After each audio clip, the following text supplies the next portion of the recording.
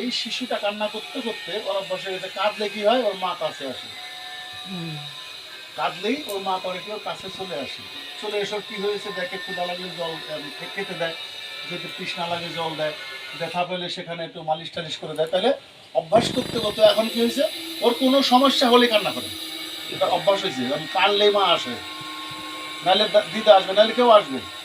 অর্থাৎ তদ্রূপ ভগবান বলেছেন যে অর্জুন, শিশু যেমন কান্নার অভ্যাস করে নিয়েছে তার অভাব পূর্ণ হয়, তদ্রূপ তুমি আমাকে স্মরণ করার অভ্যাস করো।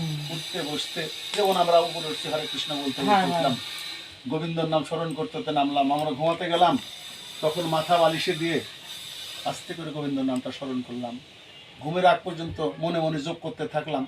আর এটা করতে করতে কোন একটা সময় অভ্যাস হয়ে যাবে, তখন আমাকে জপ করতে হবে না, জপই আমার কাছে এসে পৌঁছাবে।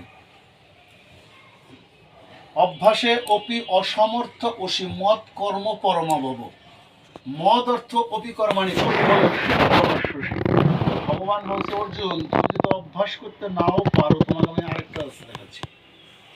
সে রাস্তা কি, তুমি যদি অভ্যাস করে যদি আমাকে কাছে ডাকতে না পারো তাহলে কি করবে, মত কর্ম কর্মাণি, তুমি আমার চিত্ততার জন্য কর্ম করো। পৃথিবীতে যে একটু আগে বললাম যে এই সৃষ্টিকে সুন্দর রাখার জন্য সংসারে সুন্দর কাজগুলো তুমি করো, যাতে অন্যায়ের সাথে তুমি যুক্ত না হও, এবং সেই কর্মের যে ফল, সেই ফলের আশা তুমি করো না। কর্ম করা তোমার কর্তব্য, তুমি কর্মটা করে যাও। অথচ